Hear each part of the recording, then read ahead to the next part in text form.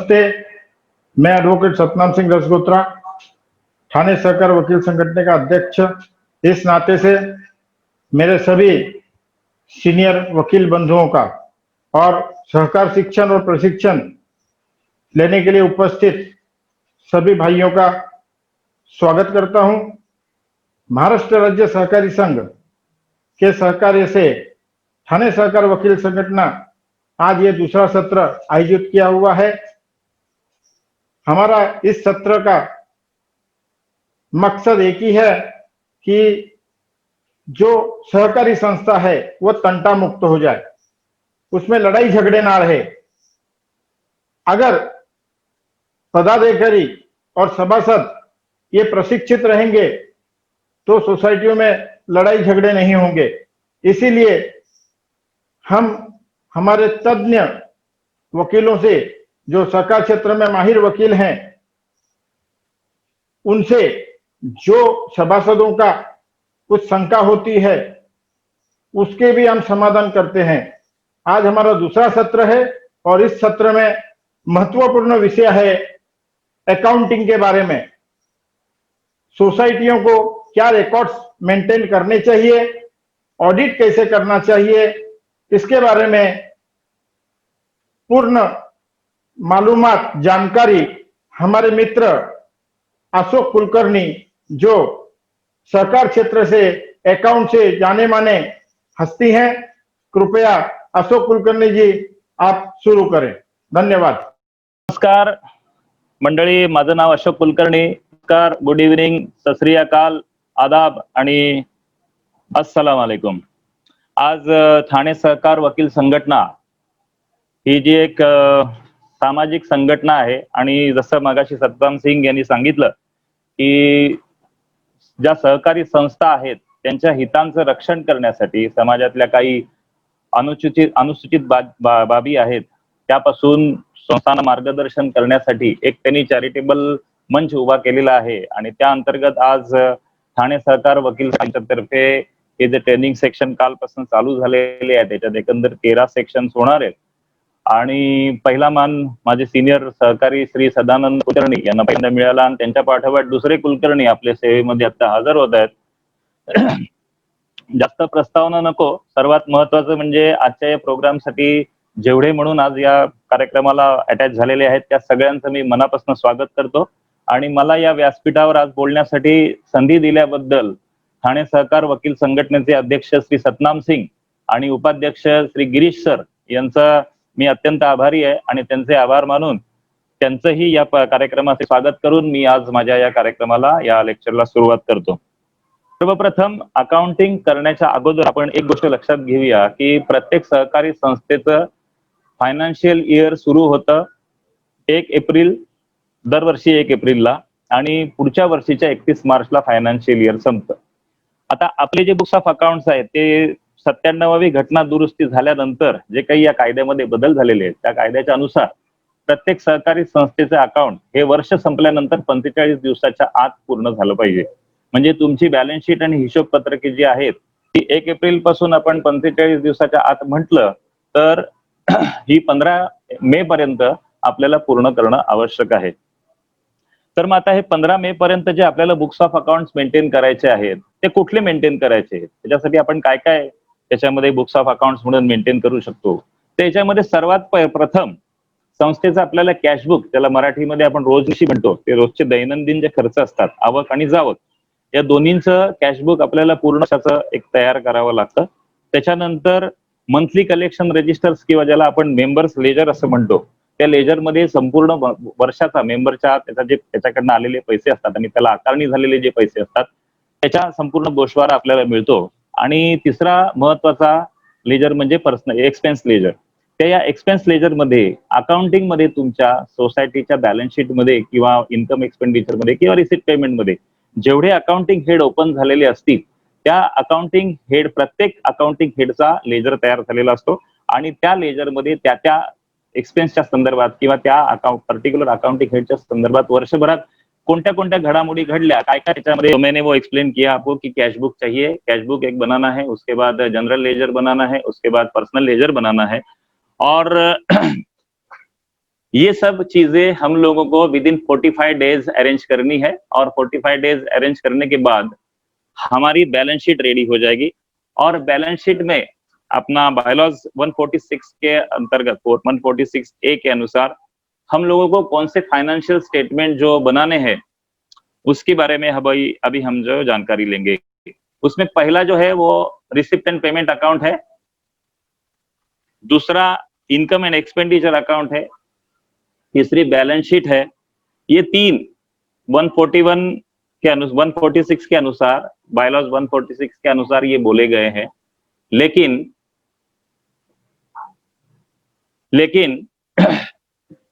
और तीन में इसमें बढ़ोतरी करना चाहूंगा कि उसमें ड्यूज आउटस्टैंडिंग की समरी होना जरूरी है।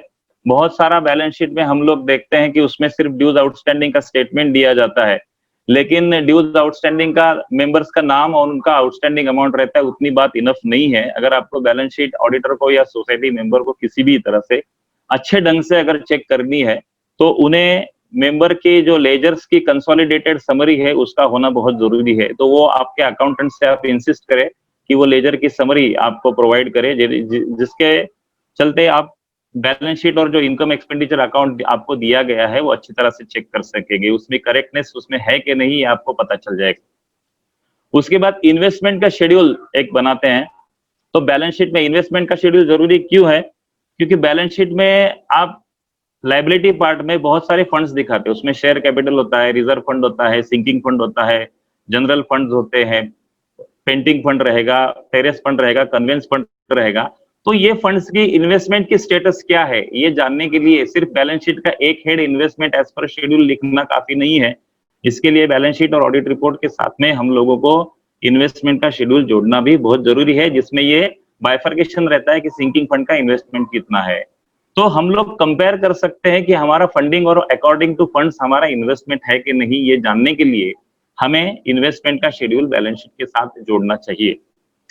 इन चीजों के साथ और एक बात बहुत महत्वपूर्ण है कि जिसको हमेशा नजरअंदाज किया जाता है और हमेशा इस बात से दिक्कतें पैदा होती है, बहुत कंट्रोवर्सीज आ जाती है और सोसाइटीज को मुश्किलात हो जाती है जनरल बॉडी को फेस करना, उसको बोलते हैं कि बैंक रिकंसिलिएशन स्टेटमेंट। होता क्या है कि जिन सोसाइटियों की ड्यू डेट्स एंडिंग डेट्स में है उन लोगों के चेक्स या तो 30 तारीख के बाद क्रेडिट होते हैं, या तो उन्होंने अगर लेट पेमेंट किया है तो उनके चेक 30 तारीख के महीना खत्म होने के बाद डेबिट पड़ते हैं अकाउंट में। तो ये ट्रांजिट एंट्री जो है, ट्रांजिट एंट्री हमारे अकाउंट बुक्स ऑफ अकाउंट्स में बहुत डिफरेंस दिखाती है। और वो रिकंसाइल ट्रांजैक्शंस एक नॉर्मल जो जिसको अकाउंटिंग की कुछ मालूमात नहीं है ऐसे मेंबर को वो ट्रांजैक्शन समझना, it is very difficult for the members who are not from the accounting faculty to get understand और to well aware with the concept of bank reconciliation. तो आपको क्या करना है, आपको ये बैंक रिकंसिलिएशन आपके अकाउंटेंट से आपको लेना है। और अगर आपको कोई मेंबर पूछे कि हमारा बैंक बैलेंस आपने बैलेंस शीट में तो 50,000 दिखाया लेकिन एक्चुअल पासबुक में तो 85,000 बैलेंस है, तो आपकी बैलेंस शीट गलत है। ऐसे नोटिसेस मैंने भी मेरे 25 साल के करियर में लिए है कि मुझे लोगों ने डायरेक्ट बोली दिया कि कुलकर्णी आपकी बैलेंस शीट ही गलत है। तो फिर उनको समझाना पड़ता है कि ये बैंक रिकंसिलिएशन में ट्रांजिट के आइटम्स है, तो ट्रांजिट ट्रांजैक्शन की वजह से यहाँ पर डिफरेंसेस आ रहे हैं। और वो बैंक रिकंसिलिएशन का स्टेटमेंट अगर आपके हाथ में रहेगा तो आपका काम आसान हो जाएगा। अभी हमने तो देखा कि कौन से बुक्स ऑफ अकाउंट्स मेंटेन करने हैं और क्या फाइनेंशियल स्टेटमेंट मेंटेन करने हैं। अभी हम चलते हैं ऑडिट की तरफ। हम लोगों की ऑडिट के लिए कुछ ड्यू डेट्स रखी है। ड्यू डेट्स है बुक्स ऑफ अकाउंट्स कंप्लीट करना है तो 15 मई तक आपको कंप्लीट करना है। 15 मई तक कंप्लीट करके जो बैलेंस शीट है आपकी, वो बैलेंस शीट पहले आपको ऑडिट करने के लिए देने के लिए ऑडिटर्स के पास, to hand over all the records to the auditor for the auditing purpose, you need to approve that balance sheet in your managing committee meeting. तो मैनेजिंग कमिटी मीटिंग में आप बैलेंस शीट जब भी देखना चाहेंगे, approve करना चाहेंगे, तो आप किस तरह से उसको अप्रूवल कर सकते हैं, क्या बातें उसमें देखनी चाहिए। तो सबसे बड़ी बात यह है कि ट्रेजरर, हम लोग हमारे जनरल भाषा में इस तरह से बोलते हैं कि ट्रेजरर ये किसी भी सोसाइटी का, जैसा इंडियन टीम का विकेट कीपर महेंद्र सिंह धोनी है तो ट्रेजरर ये विकेट कीपर टाइप होता है, उसको हर एक बॉल जो बैट्समैन के बैट से निकलता है उसको वो बॉल पकड़ना है। तो ट्रेजरर बहुत इंपॉर्टेंट फैक्टर है हर एक किसी सोसाइटी में, तो उसको जवाब देना पड़ता है उसका जो बैलेंस है उसके लिए। तो ट्रेजरर का कंसर्न है बैलेंस शीट में कि जो उसका कैश इन हैंड बताया गया है वो कैश इन हैंड उसका मैच करता है कि नहीं बैलेंस शीट के साथ। या तो बैलेंस शीट में बैलेंस दिखाई देगा 12,000 रुपया और ट्रेजरर बोलता है मेरे पास सिर्फ 122 रुपया है, तो ये सब गड़बड़ वाली बात हो जाती है। खामखा उसका बेचारे का टेंशन और ब्लड प्रेशर बढ़ जाता है। तो ऐसी बात ना हो करके ट्रेजरर ने क्या करना चाहिए, ट्रेजरर ने क्या करना चाहिए कि उसका एक पेटी कैश बुक उसने मेंटेन करना है। अगर वो पेटी कैश बुक मेंटेन करेगा तो या तो वो ऑडिटर को बता पाएगा, या तो वो ऑडिटर अकाउंटेंट को बता पाएगा कि आपकी ये एंट्री गलत है, या तो अकाउंटेंट उसको बोलेगा कि तुम्हारी एंट्री गलत है, यहाँ पे आपने गलत बैलेंस पकड़ा है करके आपका बैलेंस कम या ज्यादा दिखाई दे रहा है। तो पेटी कैश बुक का होना बहुत जरूरी है, जिसके अनुसार जिसके उपयोग से हम लोग with the help of that petty cash book maintained by the treasurer, you can find out whether your cash in hand balance shown in the balance sheet is showing the correct figure or not. दूसरी सबसे बड़ी बात यह है कि audit के लिए आपको ड्यूज आउटस्टैंडिंग, ये बहुत बड़ा हंगामा होने वाली बात जो होती है जनरल बॉडी मीटिंग्स में। मैंने ऐसे हंगामों वाली बहुत सारी मीटिंग अटेंड की है आज तक, और किसी मेंबर के आप 100 रुपए क्रेडिट दिखा दे तो मेंबर आपको कुछ नहीं बोलेगा, बोलेगा कुछ ना कुछ गलती हो गई रहेगी, चलो मान लेते हैं ये सोसाइटी की गलती माफ कर देते हैं। लेकिन आप गलती से किसी के 10 रुपए भी डेबिट बैलेंस दिखाते हैं तो आपको वो लेटर लिखेगा और ऐसा हैरान करेगा कि आपका वापस ब्लड प्रेशर के साथ मामला फिट हो जाएगा, फिर आप तकलीफ में आएंगे। तो आपको ये क्लोजिंग बैलेंसेस जो है मेंबर्स के ये कंफर्म करने हैं। ये बैलेंसेस में कहीं डिफरेंस तो नहीं है, क्योंकि ऑडिटर ने जो क्लोजिंग बैलेंस और जो आउटस्टैंडिंग की लिस्ट बैलेंस शीट के साथ सर्टिफाई की है, ये बैलेंस शीट जो आपने 1 अप्रैल को जो डिमांड नोटिस सोसाइटी को दी है, वो डिमांड नोटिस के ओपनिंग बैलेंस के साथ मैच होता है कि नहीं, ये पहले कीजिए। इसको हम लोग बोलते हैं कंफर्मेशन ऑफ बैलेंसेस। तो कंफर्मेशन ऑफ बैलेंसेस हम लोग मेंबर से भी पूछ सकते हैं कि ये आपका आउटस्टैंडिंग बैलेंस है और आपको मंजूर है कि नहीं है। जनरली जो बिल आपने मेंबर्स को 1 अप्रैल को जो छोड़ा है, वो बिल में जो एरियर्स है, वो एरियर्स अगर आपके ऑडिटेड बैलेंस शीट के साथ मैच हो जाता है तो कोई प्रॉब्लम वाली बात नहीं है। लेकिन अगर मैच नहीं होता है तो मैच ना होने के कारण क्या होते हैं कि उनका कहीं ना कहीं पूरे पिछले साल में जो अप्रैल से लेकर मार्च तक जो 12 महीने हुए, उसमें गलती से एक आध दूसरा चेक किसी छोटे से कारण की वजह से उसका रिटर्न हो जाता है। ना तो ये वो मेंबर को पता चलता है, उसके दिमाग से ओवरसाइट कर हो जाता है, या तो फिर सोसाइटी को भी ये पता नहीं चलती बात। कभी कभी ऐसी बातें हो जाती है और वो बैंक रिकंसिलेशन करते वक्त, ये बैलेंस शीट फाइनल करते वक्त वो बातें सब समझ में आती है। तो वो मेंबर्स को इन्फॉर्म करना पड़ता है कि आपका डिफरेंस क्यों आ रहा है। जो शख्स, जो बंदा ये ऑडिट करेगा, तो उसके ऑडिट में भी उसने ये बात देखनी चाहिए कि क्लोजिंग बैलेंसेस मैच हो रहे हैं या नहीं, और अगर नहीं मैच हो रहे हैं तो वो क्यों नहीं मैच हो रहे, उसका डायग्नोसिस उसने ऑडिट रिपोर्ट्स के साथ, उसके ऑडिट रिपोर्ट में ड्यूज आउटस्टैंडिंग एक चैप्टर करके उसमें डालना चाहिए कि ये मेंबर्स के बैलेंसेस में बदलाव आया, ये बदलाव इस कारण से हुआ है, ये बैलेंस मेंबर से कंफर्म करके उतना अमाउंट उसके पास से रिकवर होना चाहिए। और दूसरी बात, और तीसरी इंपॉर्टेंट बात कि जो जनरल बॉडी में हंगामे खड़े कर देती है, वो बात होती है कि रिसिप्ट पेमेंट में जो इनकम है, ये इलेक्ट्रिसिटी चार्जेस अकाउंट है और जो वाटर चार्जेस अकाउंट है, वो इनकम एक्सपेंडिचर के साथ मैच नहीं करते। तो ये भी, इसका भी टेक्निक कमेटी वालों को समझना है, जिनको अगर जो अकाउंट फैकल्टी की नहीं है उनके लिए बात बहुत अहम है। क्योंकि क्या होता है कि ये सब डिफरेंसेस प्रोविजन की वजह से आते हैं।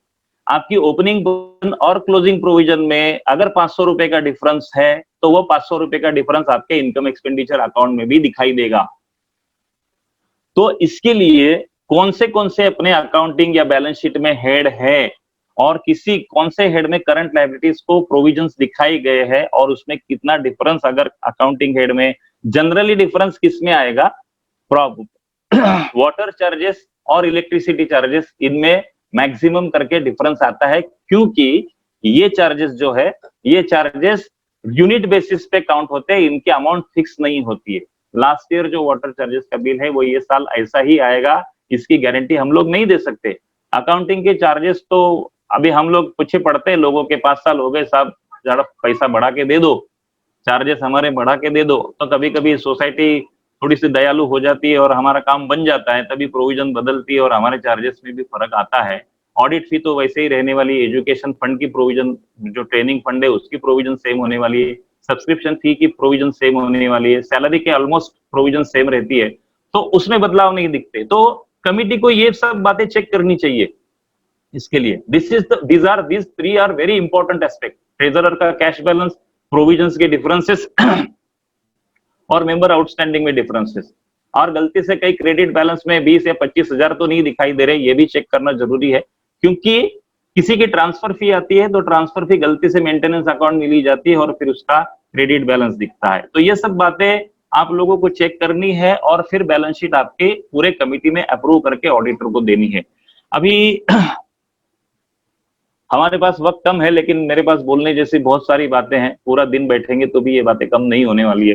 तो वक्त का तकाजा देख के हम थोड़ा आगे बढ़ते हैं ऑडिट की तरफ। ऑडिट में हम लोग क्या क्या करेंगे और किस तरह से डॉक्यूमेंट्स उनको सबमिट करेंगे। तो पहले आपको तीनों बैलेंस शीट, जो 3 सेट आपको मिलते हैं, वो बैलेंस शीट उनको साइन करके देना है। ऑडिटर का अपॉइंटमेंट लेटर अगर ऑडिटर के पास है तो कोई बात नहीं है, उसने अगर ऑडिट का ऑर्डर जनरेट किया है तो भी कोई बात नहीं है लेकिन ये सब आपको उनको देना है। पहले तो जो ब्रह्मा विष्णु महेश मैंने पहले बोले, कैश बुक, जनरल लेजर और पर्सनल लेजर, इनके लेजर्स रहते बाइंडिंग किए हुए या फाइलिंग किया हुआ लेजर रहता है, वो देना है। एक्सपेंस का फाइल देना है, आपके demand notice, bill book, receipt book रहेंगे तो वो देना है, पासबुक देना है, बैंक पे इन स्लिप देनी है, चेक काउंटर फाइल देनी है। आपने अगर कुछ बड़े कॉन्ट्रैक्ट साइन किए तो वो आपको देना है। आई फॉर्म, जे form, nomination, share, investment, grade stock register, property register, mortgage register, ये अगर आपके पास है और आपने मेंटेन किए तो ये देना है। मैनेजिंग कमेटी का मिनट्स आपने मेंटेन किया होगा तो वो देना है। नहीं किया होगा तो कोरा बुक रहेगा तो कोरा का कोरा आपको देना है, क्योंकि जो भी बातें हैं, ऑडिटर और डॉक्टर ऐसी चीजें है कि जिनसे आप कोई बातें ना छुपाए तो बहुत अच्छा है। तो ये सब बातें उनको प्रोवाइड करके, ये अगर आप इनको वक्त पे दे देंगे, क्योंकि आपने अभी समझो कोई सोसाइटी डिसिप्लिन है और अच्छे तरीके से काम करती है तो उनकी बैलेंस शीट मई के फर्स्ट या सेकंड वीक तक हो जाती है और उनके पास बहुत सारा वक्त रहता है 31 जुलाई तक। तो 31 जुलाई तक ये सब बातें ऑडिटर के पास आप देंगे, उनकी कुछ क्वेरीज है तो उनके पास से रिपोर्ट आती है। लेकिन आप कभी भी ऐसा ना करें कि डायरेक्ट फाइनल रिपोर्ट ले। जो सोसाइटी सजग रहती है, जिनको इस बारे में बारीकी से मालूमात है, वो लोग क्या करते हैं, पहले ड्राफ्ट कॉपी लेते हैं। टेक्निक अलग है, हम लोग जनवरी में ही ऑडिट रिपोर्ट दे देते हैं लोगों को, प्री ऑडिट जो जैसा प्रोविजनल ऑडिट रिपोर्ट जाता है, और उसके अनुसार हम लोग सोसाइटी में बोलते हैं कि भाई आपकी 10वीं या 12वीं की बोर्ड एग्जाम है, आपको ये पेपर आने वाला है, इसमें इतने सारे ऑब्जेक्शन है, 3 महीने आपके पास है, आप कितने उसमें से कम कर सकते हो देखो, और उसमें से उतने ऑडिट, फाइनल ऑडिट में आपके उतने ऑब्जेक्शंस कम हो जाएंगे। तो इन द सेम पैटर्न आपको पहले उनसे पास से, ऑडिटर के पास से ड्राफ्ट कॉपी लेनी है ऑडिट रिपोर्ट की। ड्राफ्ट कॉपी लेने के बाद वापस आप जनरल, आपके मैनेजिंग कमेटी में वो उसमें क्या ऑब्जेक्शन ऑडिटर ने दिया है और उसमें से कितने कम हो सकते हैं। समझो किसी वाउचर में साइन बाकी है आपकी, या किसी का बिल नहीं जोड़ा है, मिनट्स में कुछ बातें नहीं दिखाई दे रही है, जो आप कंप्लीट कर सकते हो, रेवेन्यू स्टैंप नहीं लगाए हैं, ये जो सब कंप्लीट कर सकते हो, ये बातें सब उनको कंप्लीट करके दीजिए, आपके ऑडिट में से उतने पॉइंट कम हो जाएंगे। ये सब करने के बाद आपको फाइनल ऑडिट रिपोर्ट मिलेगा, जो 31 जुलाई के पहले आपको आना चाहिए। कायदे से उसका ड्यू डेट उनको रखा गया है 31 जुलाई तक का। और ये जो ऑडिट रिपोर्ट आता है, ये ऑडिट रिपोर्ट आपको जिस दिन मिला उस दिन से 1 महीने के अंदर आपको रजिस्ट्रार को सबमिट करना है। या तो ये ऑडिटर सबमिट करता है, सबसे पहले तो ये जिम्मेदारी ऑडिटर की रहती है कि ऑडिट रिपोर्ट उसने बनाया तो उसको, जैसा जिस दिन सोसाइटी को ऑडिट रिपोर्ट हैंड ओवर करता है, statutory audit report, final report, उसके 1 महीने के अंदर, ज्यादा से ज्यादा 30 दिन के अंदर उसको वो ऑडिट रिपोर्ट सबमिट करना है। तो being a society committee person, it is your moral duty to check whether this audit report is submitted during the stipulated period or not. अभी समझो ऑडिट करने की हमारी डेट अगर 31 जुलाई है तो मैक्सिमम जो डेट है ऑडिट रिपोर्ट सबमिट करने की वो 31 अगस्त है। आप मान लीजिए कि अगर आपका ऑडिट रिपोर्ट बिफोर 31 अगस्त अगर रजिस्ट्रार को सबमिट हो चुका है तो सब चीजें ऑल इन वेल है और आपकी चीजें, आपकी गाड़ी सही ढंग से और सही पटरी पे जा रही है, आपने विद इन लिमिट आपका काम पूरा कर दिया है। ये हो गई ऑडिट की बात। ऑडिट रिपोर्ट करने के बाद बहुत सारे सोसाइटी को ये बात मालूम ही नहीं रहती कि इसका कुछ रेक्टिफिकेशन करना होता है। हर साल ऑडिटर, मेरे पास भी ऐसी सोसाइटी है, मैं भी बिना चूक के सोसाइटी के ऑडिट रिपोर्ट में डाल देता हूं कि audit rectification report is not submitted. Society भी देखती है, छोड़ देती है, नहीं सबमिट किया हो जाएगा। ऐसा नहीं होता है, क्योंकि अगर हम लोग ऑडिट रेक्टिफिकेशन रिपोर्ट ही सबमिट नहीं करेंगे तो वो ऑडिट का कुछ मतलब ही नहीं है। ऑडिट रिपोर्ट लेके कबर्ड में रखने वाली बात नहीं है, वो सीरियस बात है। उसने बहुत सारी ऐसी बातें बताई है आपको, बहुत सीरियस मामला होता है ऑडिट रिपोर्ट। तो उसका रेक्टिफिकेशन, जो उसमें दोष दिए हैं, जो एरर्स बताए गए हैं, जो ऑब्जेक्शंस लिए हैं, जो ऑब्जर्वेशंस किए हैं, वो उनको रेक्टिफाई करना होता है। अभी यहाँ पे क्या होता है कि रेक्टिफिकेशन जो लोग, बचे कुछ लोग जो करते हैं, मैंने तो ऐसे नहीं देखे कि जेन्युइन रेक्टिफिकेशन होता है। वो किसी राजनीतिक नेता के जैसे आश्वासन दे देते हैं कि हम ये करेंगे, हम सब्सक्रिप्शन भी भरेंगे, हम सिंकिंग फंड की इन्वेस्टमेंट ले लेंगे, हम शेयर सर्टिफिकेट लोगों को इशू करेंगे, हम मिनट्स रखेंगे, हम एक्सपेंसेस फाइनल करेंगे, या उसको जनरल बॉडी में, मैनेजिंग कमेटी में डिस्कस करेंगे। लेकिन ये हम देखेंगे और हम करेंगे से नहीं होता है। आपको ऑडिट रेक्टिफिकेशन रिपोर्ट जो है, उसमें ऑडिट रेक्टिफिकेशन जेन्युइन करना पड़ता है, और आप audit rectification report directly registrar को सबमिट नहीं कर सकते। आपका ऑडिट रेक्टिफिकेशन रिपोर्ट आपको आपके ऑडिटर को पहले सबमिट करना होता है। ऑडिटर को सबमिट होने के बाद आपने जो रेक्टिफिकेशंस किए हैं वो सही है कि गलत है, ये आपका ऑडिटर उसमें रिमार्क डाल देता है और उसकी सिग्नेचर होती है, और फिर वो ऑडिट रिपोर्ट रजिस्ट्रार को सबमिट करता है। मान लीजिए कि सपोज आपके ऑडिट रिपोर्ट में 15 ऑब्जेक्शंस है, 15 में से आपने 7 ऑब्जेक्शन का रेक्टिफिकेशन कर लिया। वाउचर में सिग्नेचर नहीं थे, आपने सिग्नेचर करके दिखा दिए ऑडिटर को कि भाई हमने ऐसा ऐसा किया है, तो वो यस बोलेगा कि हाँ ये की बात है। आपकी सब्सक्रिप्शन फी भरी नहीं थी 2 साल की, उसने ऑब्जेक्शन लिया था, आपने बोला कि भाई सब्सक्रिप्शन फी हमने भरी, उसका चेक नंबर ये, डेट ये, और ये सब्सक्रिप्शन फी भरी हुई उसकी रिसीट। सिंकिंग फंड का इन्वेस्टमेंट नहीं था साहब, हमने ले लिया इन्वेस्टमेंट, ये सिंकिंग फंड का रिसीट है, उसका चेक नंबर है, डेट है, ये डेट को सिंकिंग फंड हमने इन्वेस्टमेंट ले लिया, तो बोलेगा यस इन्होंने किया है। किसी मेंबर्स के सिग्नेचर अगर मैनेजिंग कमेटी के मिनट्स बुक में नहीं थे, उसका अगर ऑब्जेक्शन उसने उठाया होगा, या तो फिर ट्रांसफर के बारे में पेपर कुछ गलत थे, या रेवेन्यू स्टैंप अगर नहीं लगाए थे, और ऐसी जो छोटी छोटी बातें हैं जिसका आपने जेन्युइन रेक्टिफिकेशन किया है तो वो हाँ बोलेगा, नहीं किया है तो वो matter pending, rectification not clearly done करके उसमें रिमार्क डालेगा और रजिस्ट्रार को सबमिट कर देगा। रेक्टिफिकेशन रिपोर्ट में कहने वाली सबसे इंपॉर्टेंट बात यह है कि रेक्टिफिकेशन रिपोर्ट जो है आपको 3 महीने के अंदर करना है।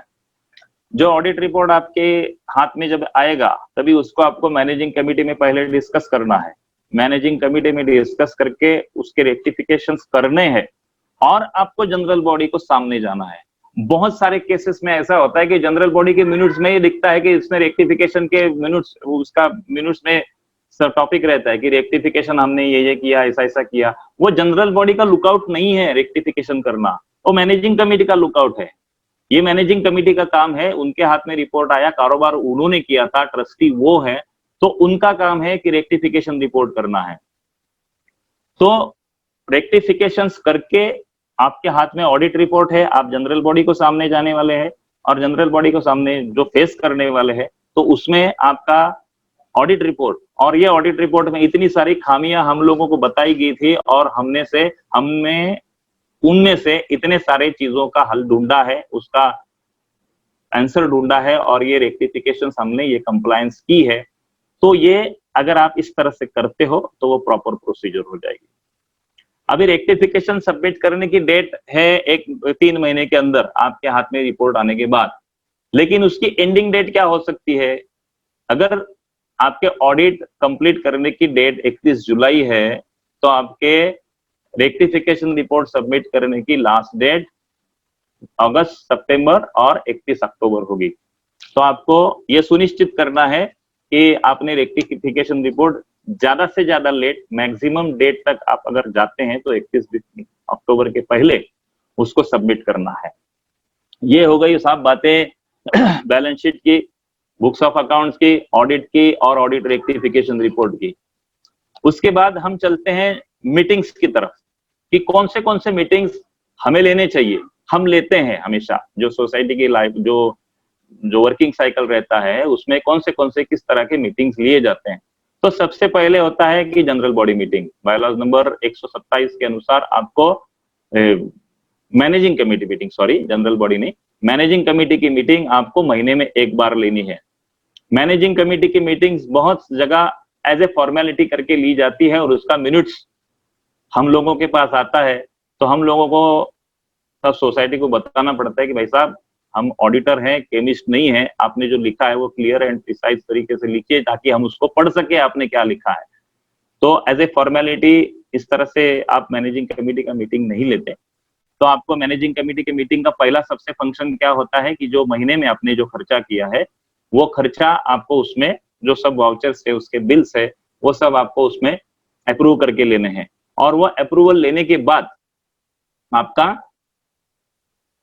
जो महीने का जो खर्चा है वो अप्रूव हो जाता है और आपका मिनट्स पूरा हो जाता है। मैनेजिंग कमेटी का मोस्टली काम क्या, उसमें फंक्शंस डिस्कस होते हैं।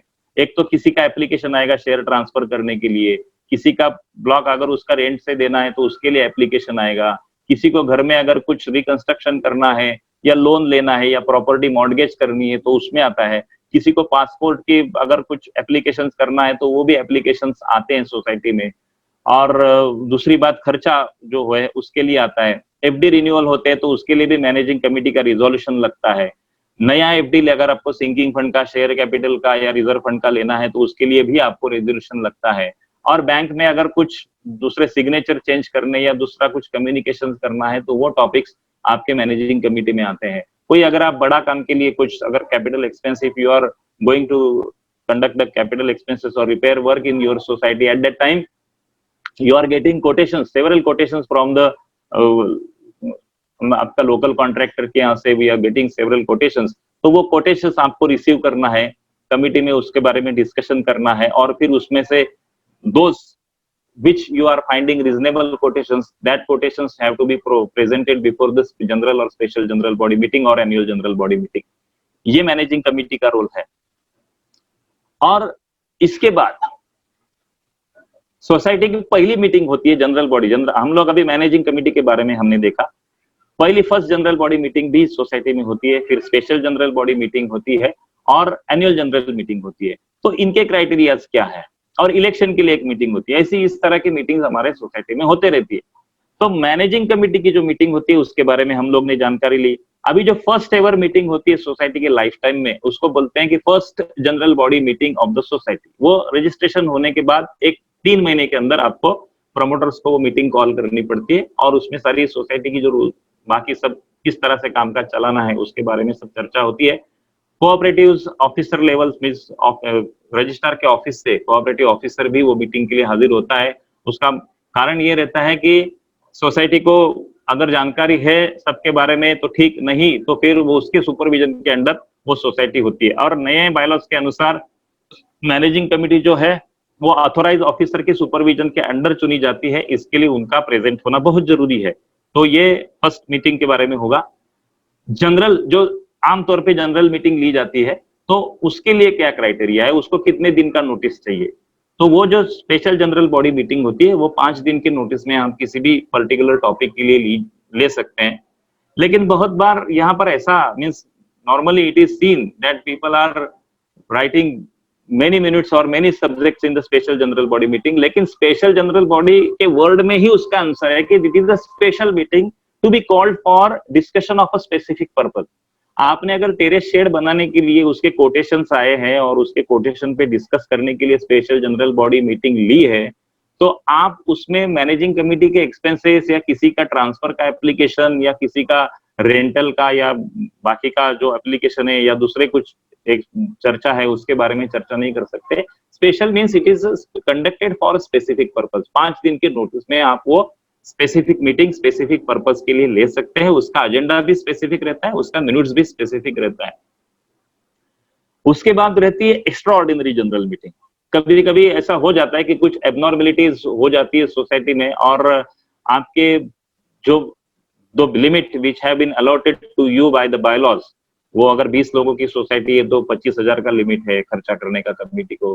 25 के ऊपर और 50 के बीच में जो अगर मेंबरशिप है तो you are getting a limit of expenses up to 50,000, and if you are having a membership more than 51 members, then your limit is upper limit is 1 lakh.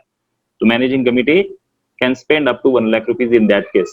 But in this specific case, अगर आपको extraordinary general meeting लगाना miss लेना है तो in that case कुछ abnormalities ऐसी पैदा हो जाती है। कभी केबल इलेक्ट्रिक का जल जाता है, कभी पानी की टाकी ट्रैप हो जाती है, कभी चेंबर अचानक सेप्टिक टैंक ट्रैप हो जाता है, कभी इलेक्ट्रिसिटी वायरिंग में कुछ अबनॉर्मेलिटीज पैदा होती है, कभी लिफ्ट में कुछ ऐसा हो जाता है कि जहाँ पे 1.5-2 लाख रुपया खर्चा करने की जरूरत है, सोसाइटी के पास कभी फंड्स होते हैं कभी नहीं होते हैं, तो ये सब आपकी मर्यादा के बाहर होने के कारण आपको वो लोगों के पास लोगों को बुला के जनरल बॉडी में एक अच्छे कोरम में आपको वो रिजोल्यूशन सैंक्शन करके लेना पड़ता है और वो खर्चा आपको करना है। तो ये जो मीटिंग है एक्स्ट्राऑर्डिनरी, इसको इमरजेंसी जनरल मीटिंग और एक्स्ट्राऑर्डिनरी अगर जनरल मीटिंग हम बोलेंगे तो वो आप 24 आवर्स का नोटिस में भी कॉल कर सकते हैं। उसके बाद हम चलेंगे एनुअल जनरल बॉडी मीटिंग तक। एनुअल जनरल बॉडी मीटिंग जो है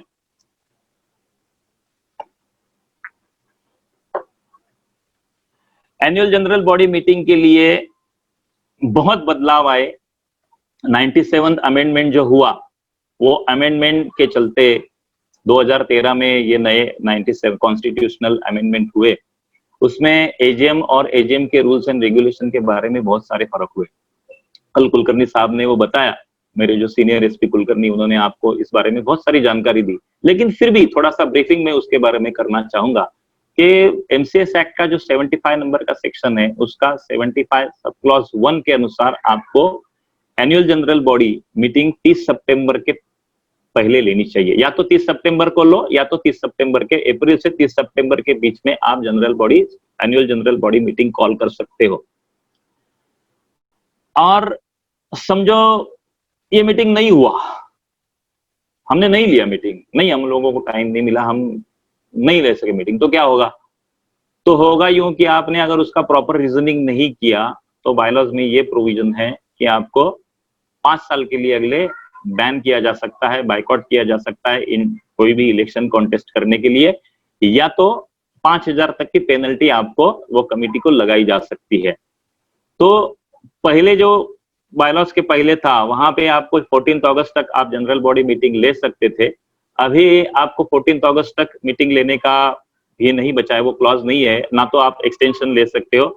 तो किसी भी हालत में now it is made compulsory that you have to conduct the annual general body meeting anyhow before 30th September, and if filing in which आप अगर if you the society fails to conduct the meeting in stipulated period then your managing committee will be terminated, और वो terminate ही हो जाती है। Bylaws में वैसा ही provision है।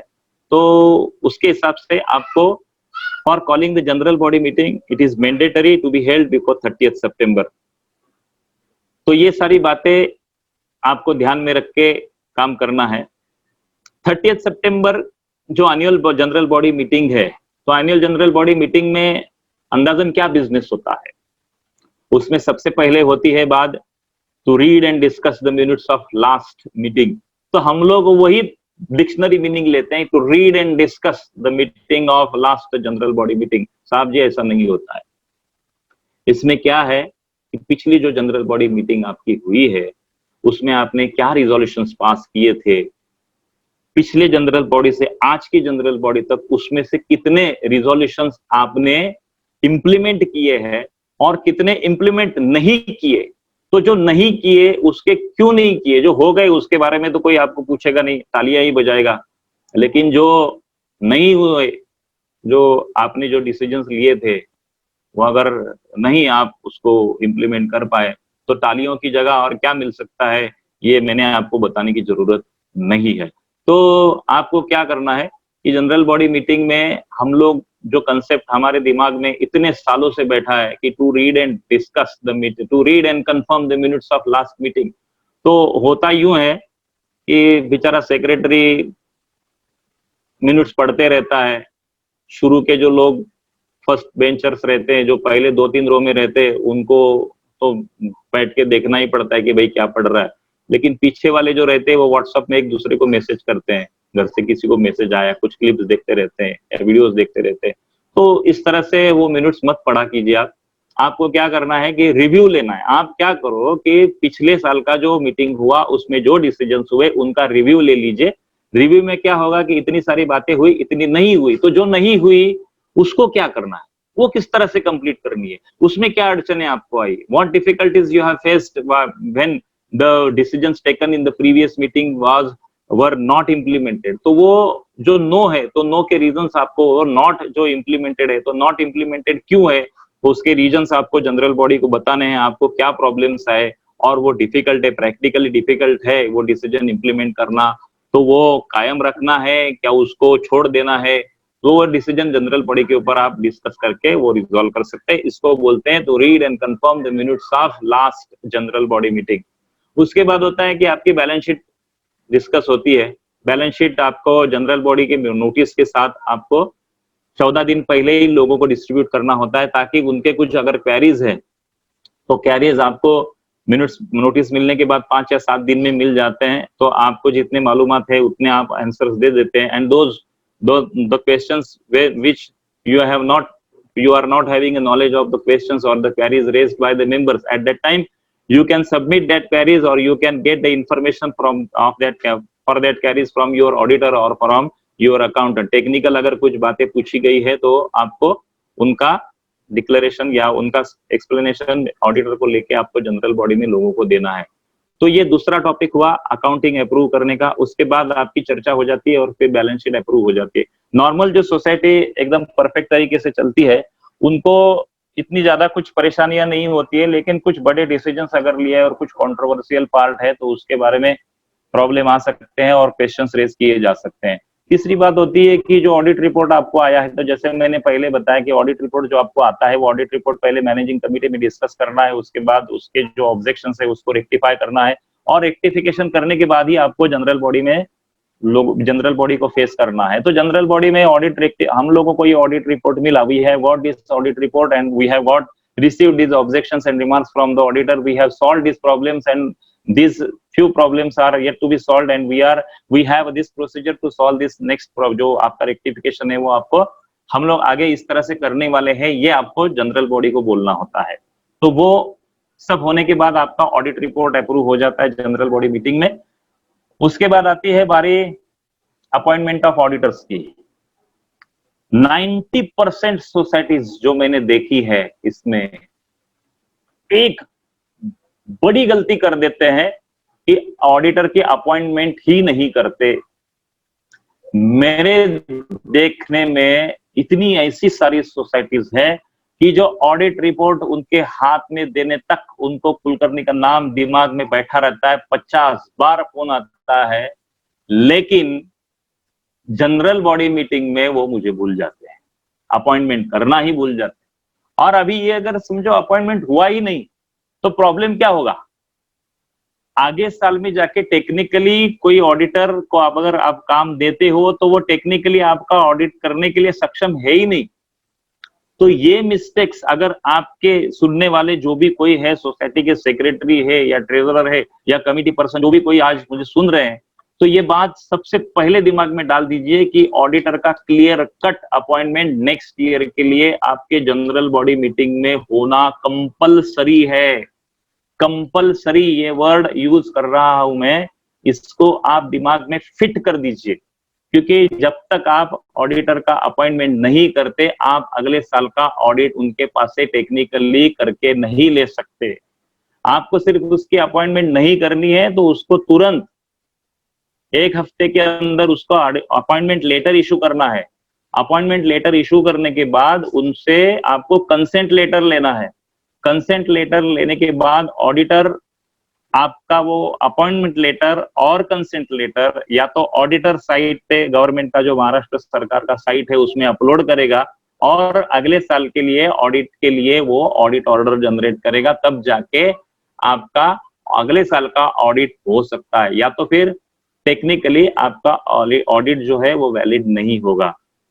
और एक सबसे बड़ी गलती मैंने मैक्सिमम सोसाइटी के बारे में देखी है, पहले ऐसा बायलॉस था लेकिन 97th अमेंडमेंट के बाद ये सब बातें अभी नहीं रही, लेकिन पहले से चलती आ रही है, तो अभी भी चलती आ रही है। इसमें सबसे बड़ी गलती कर देते हैं कि मैक्सिमम हम लोगों को, मुझे टाइप सेटर का काम करना पड़ता है साहब, आप यकीन नहीं मानेंगे, लेकिन हम लोगों को टाइप सेटर का काम करना पड़ता है, जो मिनट से उसको चेंज करना पड़ता है, उनको बोलना पड़ता है कि भाई ये चेंज करो, ऐसा नहीं चलेगा। वो मैनेजिंग कमेटी को अथॉरिटी दे देते हैं ऑडिटर चुनने की, अपॉइंट करने की। अभी नए एक्ट के अनुसार जो नया बायलॉज आया, नया जो अमेंडमेंट हुआ, उसमें मैनेजिंग कमेटी को अथॉरिटी बची ही नहीं है। जनरल बॉडी का, एनुअल जनरल बॉडी में ही ऑडिटर की अपॉइंटमेंट होती है। कोई भी मैनेजिंग कमेटी ने अगर ऑडिटर अपॉइंट किया है और उसने ऑडिट किया है, तो ऑडिट का मैनुअल में वो बात स्पष्ट लिखी है कि मैनेजिंग कमेटी के अपॉइंटमेंट लेटर के अनुसार आपको काम नहीं करना है, आपका ऑडिट खतरे में आ सकता है। तो ये दो बातें आप बहुत अच्छे तरीके से दिमाग में फिट कर दीजिए कि हम लोगों को इस तरह से ऑडिटर की अपॉइंटमेंट नहीं करनी। ऑडिटर का रेम्यूनरेशन आपको लिखना है, उसका पैनल नंबर लिखना है, उसका नाम लिखना है, उसको अपॉइंटमेंट लेटर देना है, उसका कंसेंट लेटर देना है, वो साइट पे अपलोड हुआ कि नहीं वो देखना है, उसकी ऑडिट ऑर्डर अगर नहीं जनरेट हुई है तो उसकी इंफॉर्मेशन रजिस्ट्रार को देनी है। जो ऑडिटर आपने अपॉइंट किया है, तो वो ऑडिटर की इंफॉर्मेशन आपको 31 अक्टूबर के पहले रजिस्ट्रार को देनी पड़ती है कि हम लोगों, हमारे सोसाइटी में ये एबीसी महाशय को ऑडिटर, सोसाइटी का स्टैट्यूटरी ऑडिटर करके अपॉइंट किया है। ये सब बातें जनरल बॉडी के मिनट्स में ली जाती है। और उसके बाद फिर आपके जो टॉपिक्स होते हैं, वो बाकी के जो टॉपिक्स है चेयरमैन की परमिशन से आते हैं। और सबसे और एक बात, ये चेयरमैन की परमिशन वाली बात मैंने आपको बात बात में बताना भूल गया, लेकिन मैंने ऐसे कई एजेंडा देखे हैं सोसाइटियों के, उसमें ऑडिटर के अपॉइंटमेंट के बारे में यही नहीं, एजेंडा ही नहीं रहता। सोसाइटी का, जनरल बॉडी का एजेंडा क्या होता है? To read and discuss and confirm the minutes of last general body meeting, to approve the audited accounts, to approve the audit report, to appoint the auditors for the next financial year. ये चार हमेशा, इक्का दुआ तीजी चौवी, ये चार हमेशा रहते हैं हर एक सोसाइटी का एजेंडा में और हर एक सोसाइटी के मिनट्स में। तो हम लोगों ने इसमें क्या किया है कि मिनट्स के स्टैंडर्ड फॉर्मेट बना दिए। अभी ये एक्सपीरियंस आ गया, ये तजुर्बा हो गया कि सोसाइटी के मिनट्स गलत तरीके से आते हैं, टेक्निकली हम लोग मुसीबत में आ जाते हैं, सोसाइटी प्रॉब्लम में आ जाती है, ना ही हम इंफॉर्मेशन दे सकते हैं, ना ही हमारे पास अपॉइंटमेंट लेटर रहता है, ना कुछ होता है। तो फिर हम लोग क्या करेंगे ऐसा? तो मैंने क्या किया कि एक जनरल बॉडी का स्टैंडर्ड फॉर्मेट ही बना दिया, कि एक टेम्पलेट बना दिया जिसमें आपको क्या करना है, सिर्फ फिल इन द गैप्स करना है, तो आपका मिनट्स अपने आप तैयार हो जाएगा पहले चार का। वो स्टैंडर्ड रहता है, हर साल वही मिनट्स आने वाला है। और जनरल बॉडी के मिनट्स में अक्सर ये देखा गया है कि लोग ऐसे लिखते हैं, निबंध ही लिखते हैं, पूरा प्रबंध बन जाता है, 10 पेज 15 पेज, इसने क्या बोला, उसने क्या बोला, देशपांडे ने ये कहा, कुलकर्णी ने ये कहा, जोशी ने ये बोला, जोशी ने वो बोला, फिर सावरकर ने ये बोला, इसने वो बोला। ये सब बातें लिखने की जरूरत नहीं होती है। अगर कुछ की मैटर्स है तो आप जरूर मेंशन कीजिए, लेकिन वर्ड टू वर्ड जो कम्युनिकेशन है वो जनरल बॉडी के मिनट्स में मेंटेन करने की कोई जरूरत नहीं। ये टेक्निकल लैंग्वेज होती है और आपको टेक्निकल लैंग्वेज में ही ये सब बातें लिखनी है। जनरल बॉडी मीटिंग के बाद आपको एनुअल रिटर्न्स फाइल करने होते हैं। उसमें जो बातें आज तक किसी ने नहीं सोची है, देखो मैं कोई बायलॉज क्या है, सेक्शन क्या है, एक्ट क्या है, बुक में क्या लिखा है, वो बातें नहीं कहता। प्रैक्टिकल लाइफ में आपको क्या प्रॉब्लम आएगा, आप अगर सेक्रेटरी है, आप अगर ट्रेजरर है, आप अगर चेयरमैन है, तो आपको क्या परेशानी या प्रैक्टिकल लाइफ में सोसाइटी का मैनेजिंग कमेटी चलाने में हो सकती है, मेरा फोकस उसके ऊपर रहता है। टेक्निकल बातें सेक्शंस विक्शंस बताने में और उनको कुछ समझेगा भी नहीं, और वो हम लोग उतने डीप में जाने भी वाले नहीं है। मैं सेक्रेटरी बन गया तो मैं क्या करना चाहूंगा, मुझे क्या करना चाहिए, यही कंसर्न होना चाहिए। तो अभी हम देखेंगे, आजकल हर जगह पे किसी के पास भी वक्त नहीं है। सोसाइटी के कमेटी में लोग आते हैं, लेकिन आने के बाद वक्त नहीं दे पाते और सब प्रॉब्लम्स शुरू हो जाते हैं। तो इसके बारे में हमारे पास बहुत अच्छा सॉल्यूशन है डिजिटलाइजेशन का। पहले जैसे कन्वेंशनल या ट्रेडिशनल सिस्टम से हम लोग अभी नहीं चलते, क्योंकि उतना वक्त ही नहीं दे पाएंगे। आप 50 लोगों का सोसाइटी का कैश बुक लिखने में जितना वक्त लगाएंगे, उसमें उतने वक्त में हम लोग 10 सोसाइटी के अकाउंट्स और ऑडिट करके आगे चले जाएंगे मॉडर्न टेक्निक्स के अनुसार। तो यहाँ पे बहुत सारे टाइम सेविंग कंसेप्ट्स आपके लिए इंट्रोड्यूस हो गए मार्केट में। आप अगर थोड़ा सा सर्च करेंगे या हमारे ग्रुप में से किसी भी मेंबर को आप अगर इन ये क्वेश्चंस करते हैं तो आपको उसके बारे में बहुत अच्छी जानकारी मिल सकती है कि भाई हमारे लिए ऑप्शंस क्या है। तो डिजिटल आप होने के लिए आपको सबसे पहले क्या करना है? तो सबसे पहले आपको लेना है आपके सोसाइटी का ईमेल आईडी। जब तक आप आपके सोसाइटी का ईमेल आईडी नहीं लेते हैं तब तक आगे की कोई बात ही नहीं होगी। अगर गवर्नमेंट का कुछ रिजोल्यूशन है या आपने ऑनलाइन रजिस्ट्रेशन किया हुआ है, तो अगर आपके ईमेल आईडी के ऊपर से मदद लेके अगर वो ऑनलाइन रजिस्ट्रेशन किया है तो उसका रिकवरी ईमेल या उसके बारे में आने वाले सब नोटिफिकेशंस आपके ईमेल में आएंगे। आप आपके मैनेजिंग कमेटी के टेन्योर में कभी भी ऐसा ना होने दे कि आपको आपका लॉगिन आईडी, सोसाइटी का जो आपने ऑनलाइन रजिस्ट्रेशन किया है उसका लॉगिन आईडी और पासवर्ड आपके सर्विस प्रोवाइडर को पूछने की नौबत आ जाए। या तो आप खुद करो या तो आपने अगर उनकी मदद से लिया हुआ है तो आप उनसे वो यूजर आईडी और पासवर्ड तुरंत अपने पास ले और पासवर्ड चेंज करें। क्योंकि क्या होगा कि जब तक आप दोनों का अच्छा जा रहा है तब तक कोई प्रॉब्लम नहीं आएगा, लेकिन जब अच्छे का बुरा हो जाता है, कभी भी हो सकता है, ऐसा कुछ नहीं, हमारे पास से भी आवाज आनी चलती ही रहती है, कोई आते हैं तो कोई चले जाते हैं तो कोई आते हैं, लेकिन जो एथिकल प्रैक्टिस करने वाला रहेगा वो आपको कभी आपकी चीजों में अटकाव नहीं करेगा, तो किसी भी तरह आपका काम रुकाएगा नहीं वो। आपने अगर आपको यूजर आईडी मांगा तो वो दे देगा, लेकिन जो एथिक्स प्रैक्टिस नहीं कर रहे हैं तो वो ध्यान नहीं देते, फिर बोलेंगे कि मैं भूल गया, मुझे अभी याद नहीं है, तो आप फंस जाएंगे। तो यूजर आईडी और पासवर्ड आपके पास होना बहुत जरूरी है। बायलॉज ने हमें अगर ऑनलाइन रिपोर्ट फाइलिंग का ऑप्शन दिया है, जो ऑनलाइन रिटर्न फाइल करना है उसके लिए आपको तो यूजर आईडी और आपका पासवर्ड होना कंपलसरी है और वो करना ही है। तो सबसे पहले आपको ईमेल आईडी लेना है और आपके सोसाइटी के ऑफिस में वो यूजर आईडी और पासवर्ड किसी ऐसे जगह रखना है कि जो आपके कमिटी मेंबर्स को आसानी से मिल सके। क्योंकि क्या होता है, कभी कभी नई कमिटी आने के बाद अगर समझो आप वो भूल गए तो मुश्किलें पैदा हो जाती है। इसके लिए आपने क्या बेस से, कौन से बेस से ईमेल आईडी से वो किया है उसकी साथ पूरी जानकारी, या जो आप एप्लीकेशन करते हैं उसका एक स्क्रीनशॉट लेके आपके बुक ऑफिस में रख दीजिए ताकि आगे चल के आपको परेशानी ना हो। दूसरी बात ये होती है कि अभी भी बहुत सारे लोग hand written bills and receipt बनाते हैं। आज की तारीख में ये सब करना मैं तो नहीं समझता कि उचित होगा, क्योंकि किसी के पास इतना वक्त ही नहीं है। जो रिटायर्ड आदमी अगर आपके सोसाइटी में है, कोई अगर काका आके बैठते हैं आपके सोसाइटी के ऑफिस में और वो उनके पास टाइम है और वक्त जाने के लिए वो सब करते हैं, वो तो ठीक है, लेकिन काका अगर कहीं चले गए तो फिर आपका क्या होगा ये आप सोचिए। तो मैनुअल सिस्टम में अभी ये सब करना मुश्किल ही नहीं, आउटडेटेड है। तो आप ऐसा कोई सर्विस प्रोवाइडर ढूंढे कि जो आपको ये सब बातें कंप्यूटराइज सिस्टम से करके दे। इसमें क्या होता है, टाइम कहाँ जाता है, देखो इसमें आप उनके पास से एक ट्रेडिशनल सिस्टम से वो कंप्यूटराइज बिल रिसिप्ट बना के देता है, आप वो रिसिप्ट आपके सोसाइटी में ट्रेजरर के या आपके सिक्योरिटी के पास मिल जाते हैं, वो आपको लाके देता है, फिर आपको उसमें स्टैम्प करना है। उसमें लिखा रहता है कि कंप्यूटर जनरेटेड स्टेटमेंट है, इसमें स्टैंपिंग की सही में तो जरूरत नहीं रहती है, लेकिन आपको वो करना पड़ता है। किसी एक को कमेटी में, जो ब्रह्मा विष्णु महेश है, तीनों में से किसी एक को उसमें सिग्नेचर करना है।